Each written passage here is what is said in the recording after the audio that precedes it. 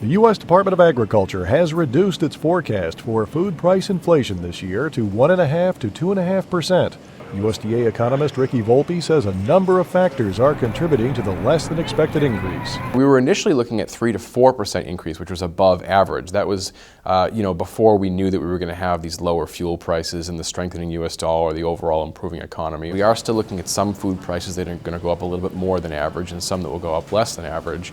But on the whole, we're looking at moderate food price inflation for the year, which is good news, especially given the initial outlook we had when the drought broke in July and August of 2012. Volpe says one of the biggest bits of good news for consumers is the downward revision of price increases for dairy products. We were initially forecasting pretty strong price increases for the year for 2013, but it turns out that we saw most of the impacts of the drought at the tail end of 2012. So we're now on track for very moderate price increases for dairy for the foreseeable future, 1 to 2% for 2013.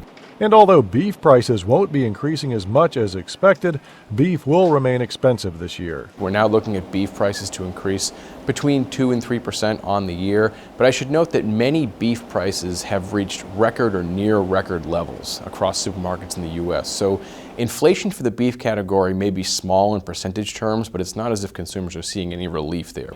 Among food prices that will still see high inflation, Volpe says poultry will be going up 3 to 4%, and eggs will be going up 2 to 3%, if not more.